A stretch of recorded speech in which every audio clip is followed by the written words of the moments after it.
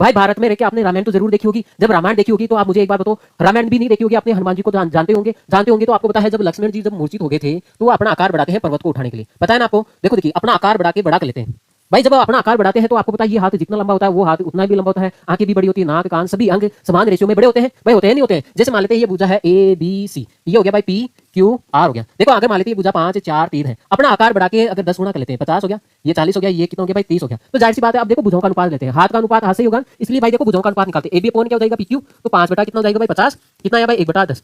हाँ BC upon क्या आ जाएगा, BC अपॉन क्या आ जाएगा भाई QR आएगा, BC अपॉन QR आ जाएगा, कितना हो जाएगा भाई 3/30, कितना हो जाएगा आपके सामने 1/10 हो जाएगा। इसी प्रकार देखो देखिए AC अपॉन क्या आएगा भाई PR, तो 4/40, कितना आ गया भाई 1/10 आया। अब मुझे एक बात बताओ आप लोग, अगर ये आकार बढ़ा के देखो आपने देखा है भुजाओं का अनुपात कितना आ रहा है, बराबर आ रहा है। देखो 1/10 1/10 1/10। देखो अगर अपना आकार बढ़ा के अगर 100 गुना कर लेते हैं भाई, 100 गुना कर लेते हैं तो यहाँ पे भी 5/500 हो जाएगा, कितना आएगा 1/100, 300 जाएगा तो 1/100 आया, यहाँ पे भी 400 जाएगा तो यहाँ पे भी कितना आया भाई 1/100 आया। इसका कहने का मतलब क्या है, हमेशा भुजाओं का अनुपात बराबर होता है। तो हमेशा समरूप त्रिभुज उसे कहते हैं जिसमें भुजाओं का अनुपात क्या हो, बराबर हो, जिसमें आकार रंग रूप तो सेम रहता है लेकिन आकार में परिवर्तन होता है। आकार में क्या होता है भाई, परिवर्तन होता है। देखो सर्वांग समत्रिभुज इसे क्या किसे कहते हैं आपको पता है। हनुमान जी हर टाइम अपना आकार नहीं बढ़ाते हैं, एक स्थान से उठ के दूसरे स्थान पे बैठ जाते हैं, क्या उनका वजन बढ़ेगा, क्या उनका आकार बढ़ेगा, क्या नहीं बढ़ेगा। ठीक भाई PQR, जैसे मान लेते हैं ये भुजा 5 4 3 है तो ये भी भुजा 5 4 3 ही तो रहेगी। यहाँ पे अगर भुजाओं का अनुपात निकाले AB अपॉन क्या आएगा भाई PQ और BC अपॉन क्या आ जाएगा भाई QR आ जाएगा। ठीक भाई तो देखो 5 बटा कितना गया 5, कितना आया भाई 1 आ गया। ठीक भाई ये कितना आया भाई 3/3, कितना आया भाई 1 आ गया। इसी प्रकार देखो आप AC अपॉन क्या आ गया भाई PR, ठीक भाई 4/4, कितना आया भाई 1 आया। देखो देखिए अगर ये भुजा मान लेते हैं 15 14 13 है तो भाई ये भी भुजा 15 14 13 होगी। देखो 15/15 फिर भी कितना आ रहा है 1 आ रहा है, 13/13 फिर भी कितना आ रहा है 1 आ रहा है,